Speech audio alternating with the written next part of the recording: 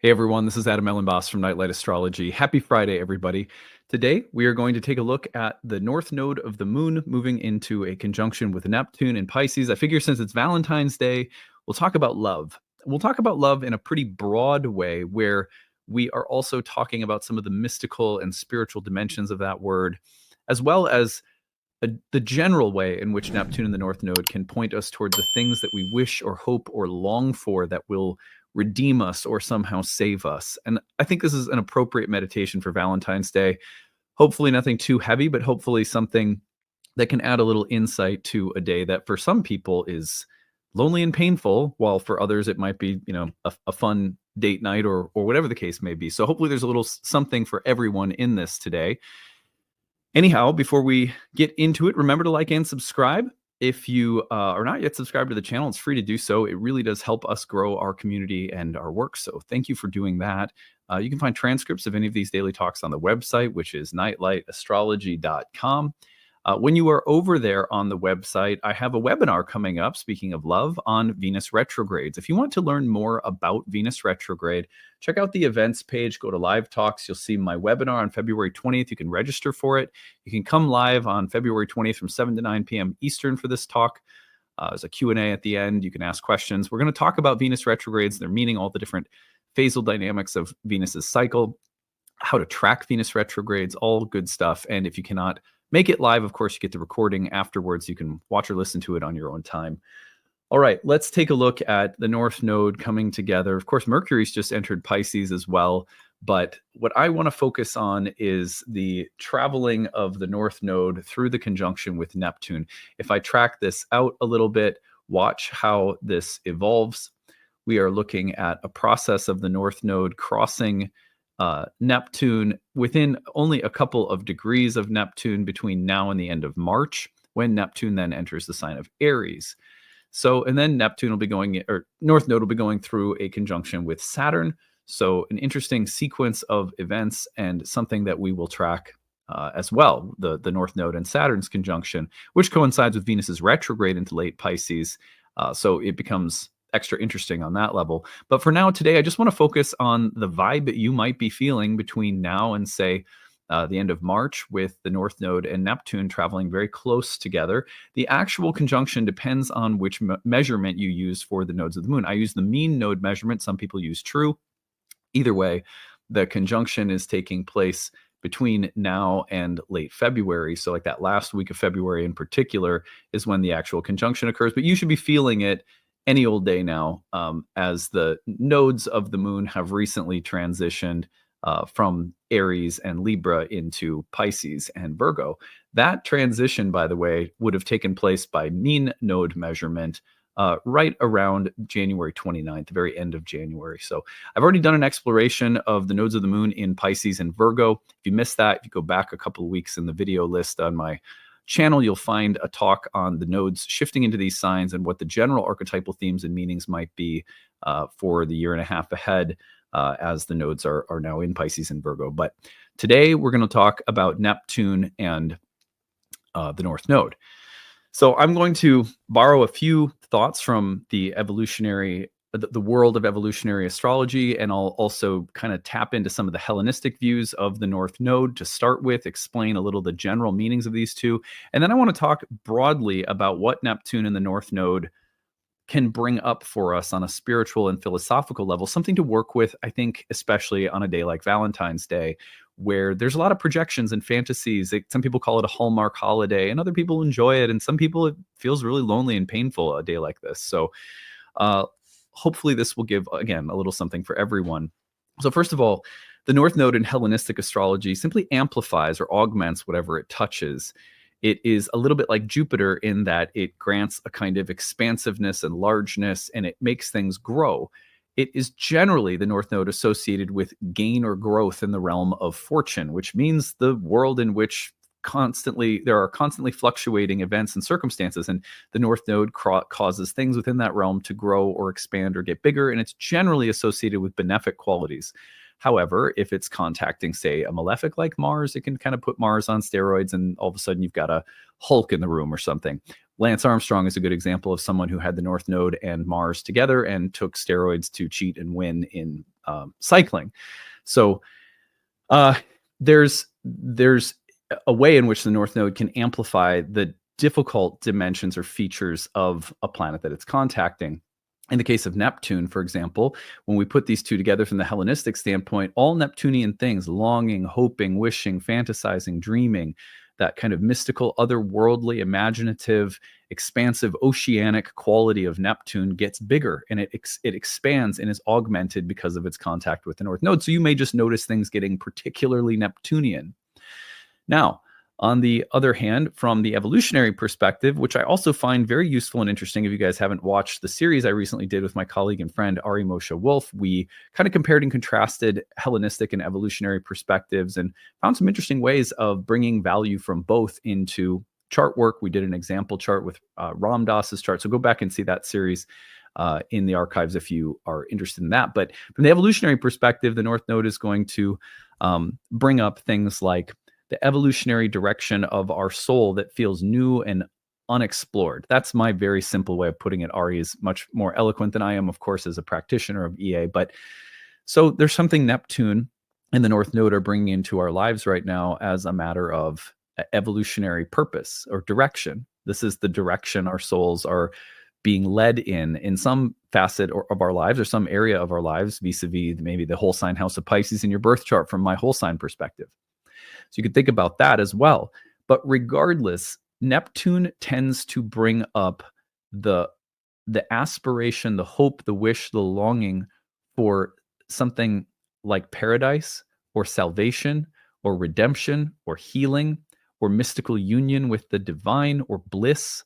These are Neptunian features that have been well documented by many archetypal astrologers, psychological astrologers. So Neptune can be problematic too, because also when it comes to the longing and quest for redemption, healing, mystical union, all of these things, there is also the potential for becoming ungrounded, for becoming dissociative or escapist, or for chasing illusions, for fantasies overwhelming our rational capacities. So Neptune has also been associated with the potential for this kind of otherworldly, illusion or delusional quality.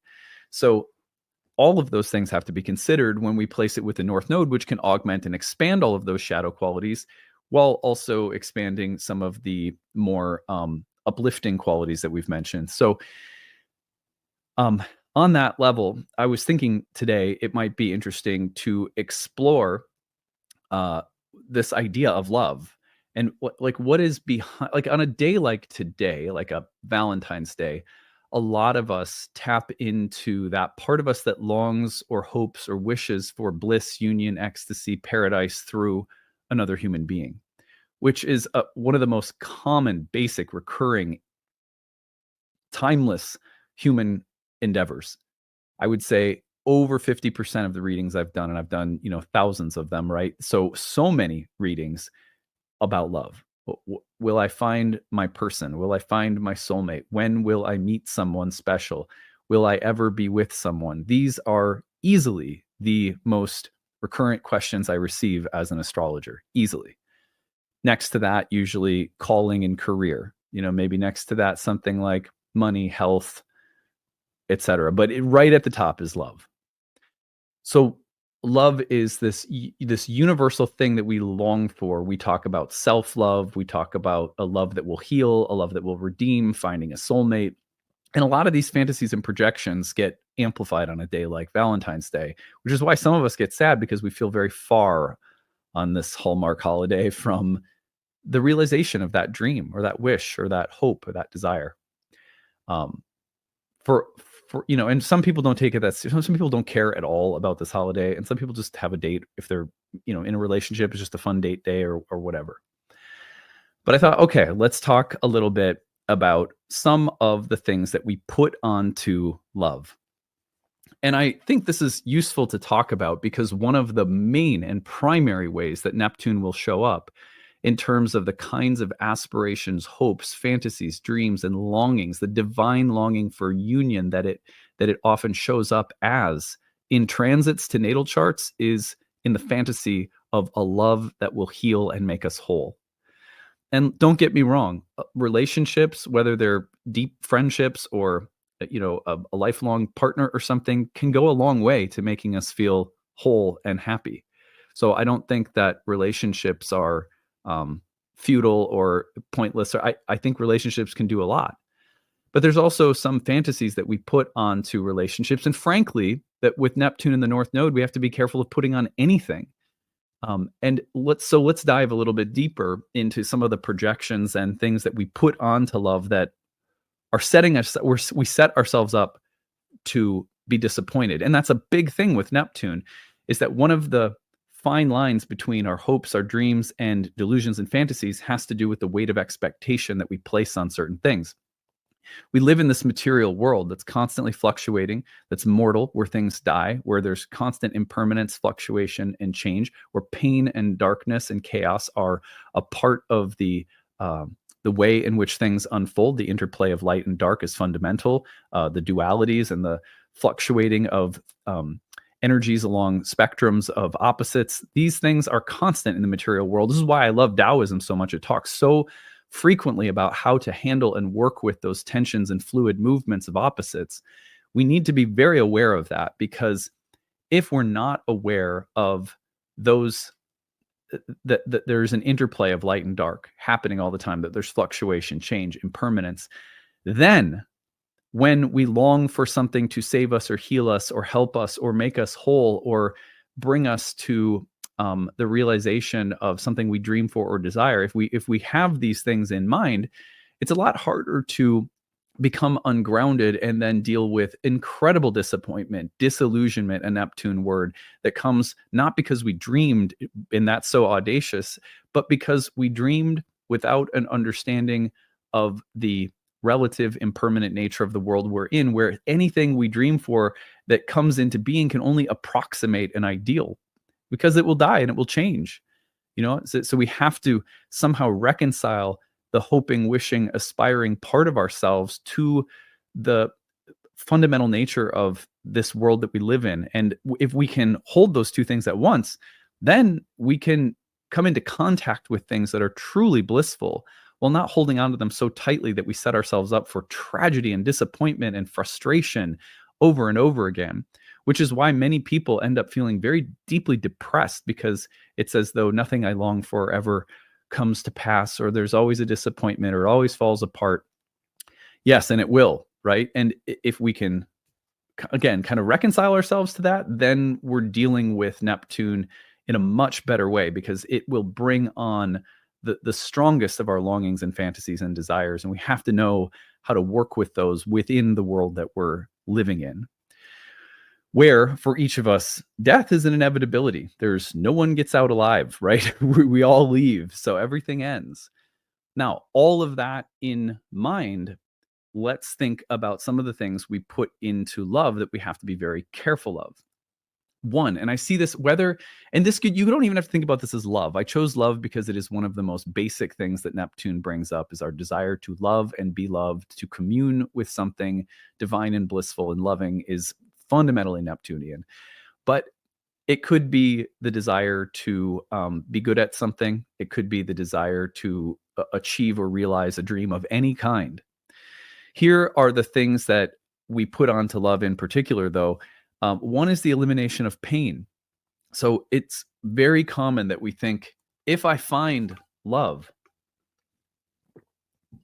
maybe you don't even think, maybe you're not so, out of touch with reality that you think that a love is going to be perfect. But many of us sort of subconsciously believe that if and when I find someone, or if and when my relationship evolves or changes and becomes what I need it to be, because oftentimes we're in relationships but we're kind of disappointed. We want it to be something else. We need the other person to become someone else. Whatever the case may be, we think that if I reach this ideal state in a relationship, then there will be no more pain. And because it's painful to live in a world where there's conflict and there's tension and there's discord and there's power struggles, and there are there's things that don't fit or sync up with other beings. And we think, well, Love is that thing that will come in and make it so that there's a smooth, easy, peaceful, loving, happy, harmonious vibration, and it'll be relatively constant. And then I won't have to feel the pain of discordancy in relationships.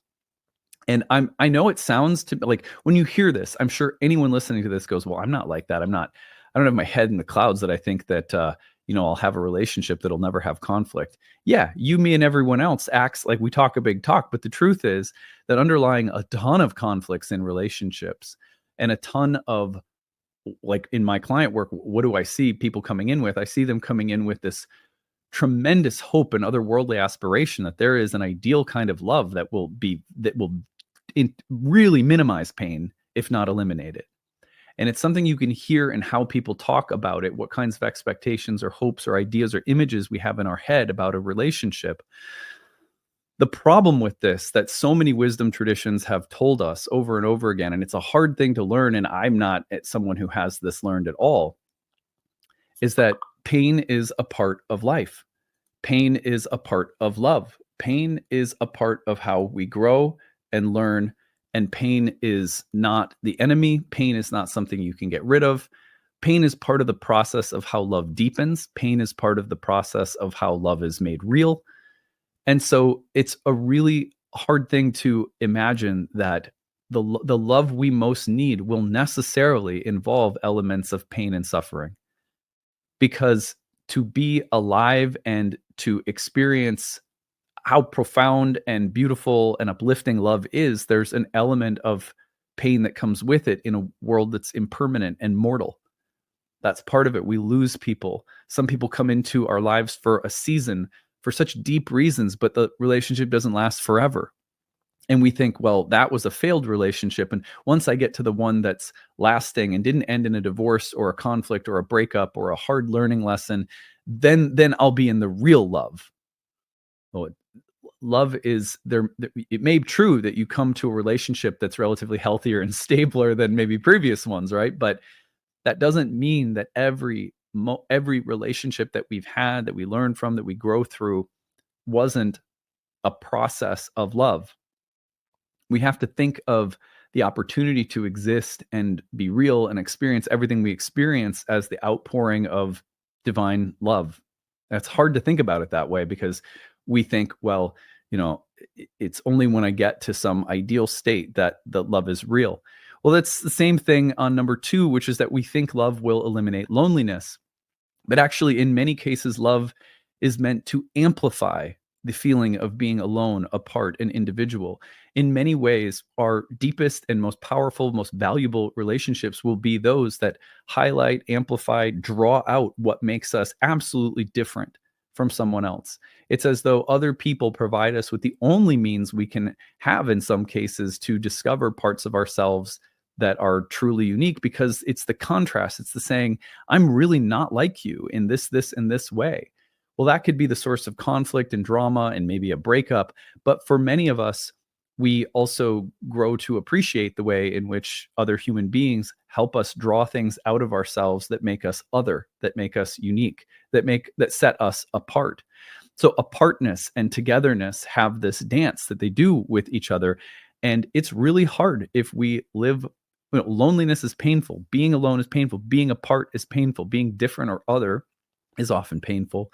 And so one of the things that we put onto love is that, well, it'll eliminate loneliness. It'll eliminate the feeling of having to be apart or other, when actually, in many ways, the purpose of love is to draw us into a deeper sense of our uniqueness and apartness. In Bhakti, there is a way in which Krishna and Radha, representing something like the divine yin and yang, right?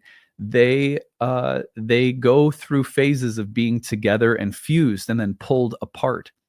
And in many ways, in many texts, it said that their love is stronger when they are apart, that the ache, that the pangs of like love and loneliness and separation amplify the love. And so one of the things that we unfairly do to ourselves is we think that there's the love part, the union part.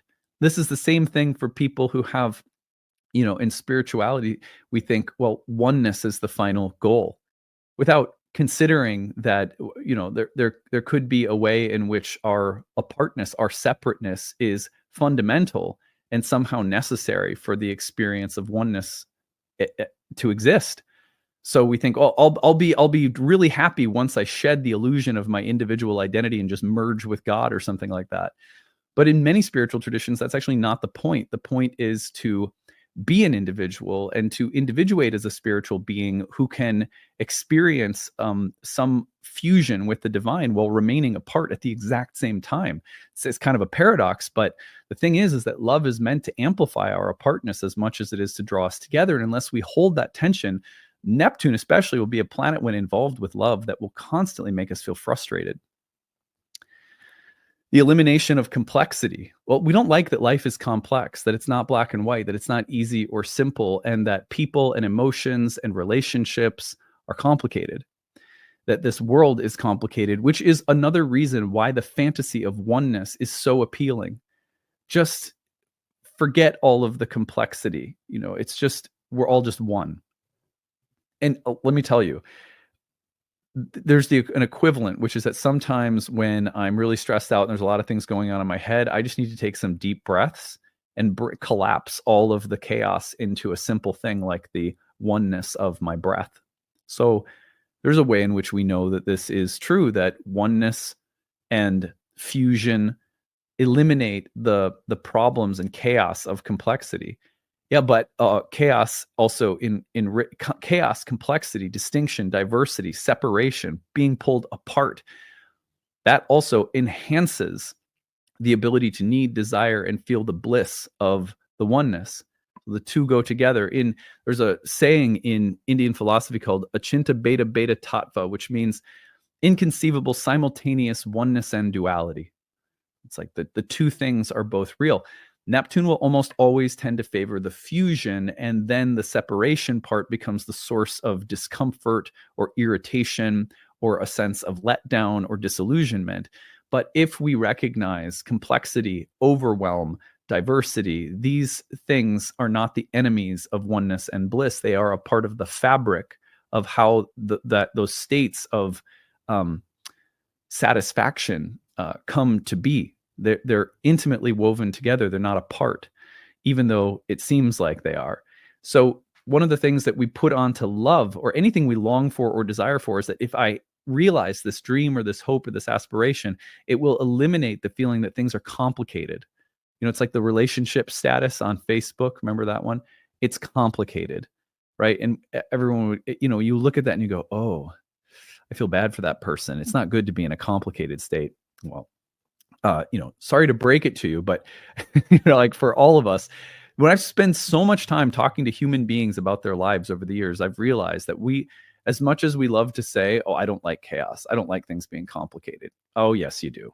And I do too. And we all do, because we create complexity in our lives because it is part of how we weave into the most ecstatic states of union. We love the chaos. The chaos loves us. Right? And the oneness and chaos dance together. I'm not saying that you have to go out and be chaotic on purpose or be destructive or fill your life with complications and stress. I'm just saying, thinking that the divine ideal state will eliminate complexity is to not have understood the divinity of complexity. The elimination of death, of course, another fantasy that we have. This will give me something that lasts forever. If we project that onto a career, a legacy, fame, love, money, if we project that onto anything, one of the things that we have forgotten most basically is that we're a spirit soul that lives on after death, and we don't need anything to carry us into eternity because we are already eternal. And so just a very basic thing that happens is we project our eternal nature because we've forgotten who we are. We project it onto things that we long for or hope for that will bring us back in touch with something that is so fundamental and basic that all we have to do is get back in touch with it. And then paradoxically, the reality that all things will die, a relationship will die, a person that I love will die, or I will die and leave them, that becomes part of what makes love so sweet. The bitterness and the sweetness go together. And we understand that when we don't project eternity outside of the eternal nature of who we are onto things we hope or long for. We have to be very careful of that tendency.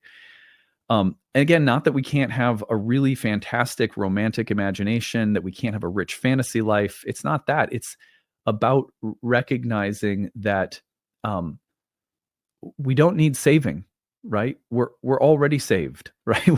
And it's that simple, really. It's just kind of like, I don't need this thing to save me. I'm going to long for this without mistaking this for salvation, because nothing is at stake, right? When we take that attitude, paradoxically, the most dramatic, rich, amazing, fantastical things can become realer to us because they're coming from an understanding of our own true nature.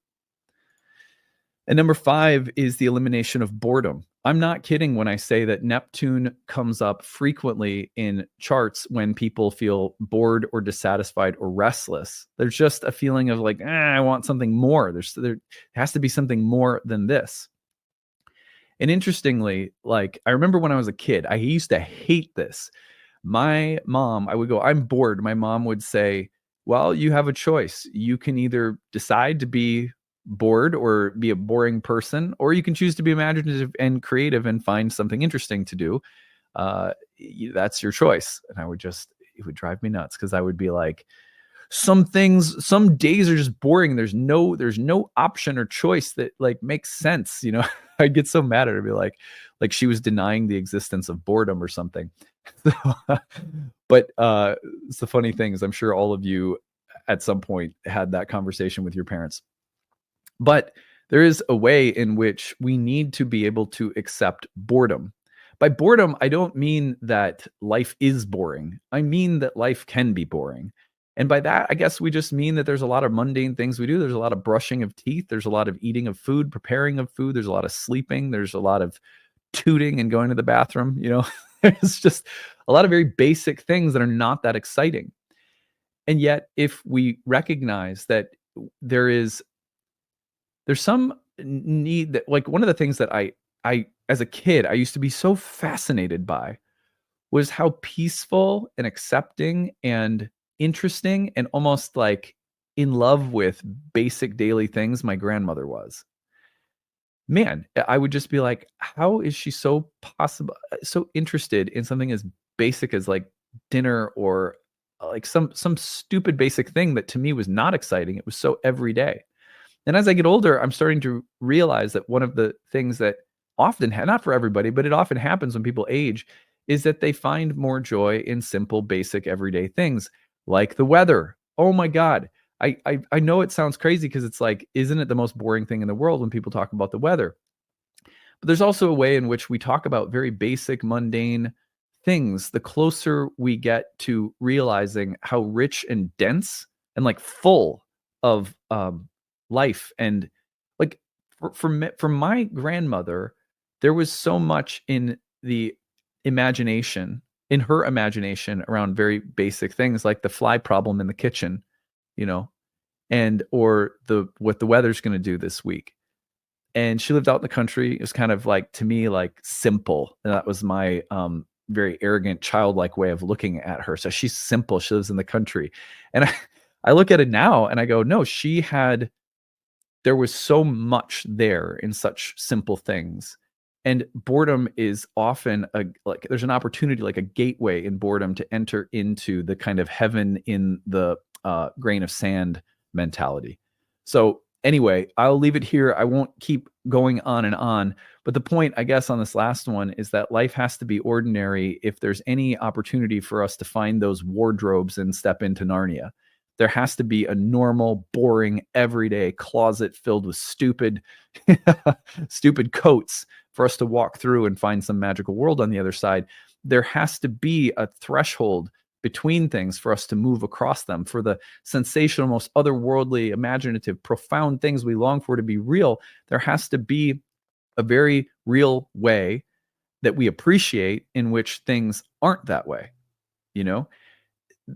Again, the philosophical tradition I have found that constantly talks about these dichotomies and getting to know and appreciate their interconnectedness has been the study of the Tao Te Ching and Taoism in general, because it's just rich with the talk about opposites.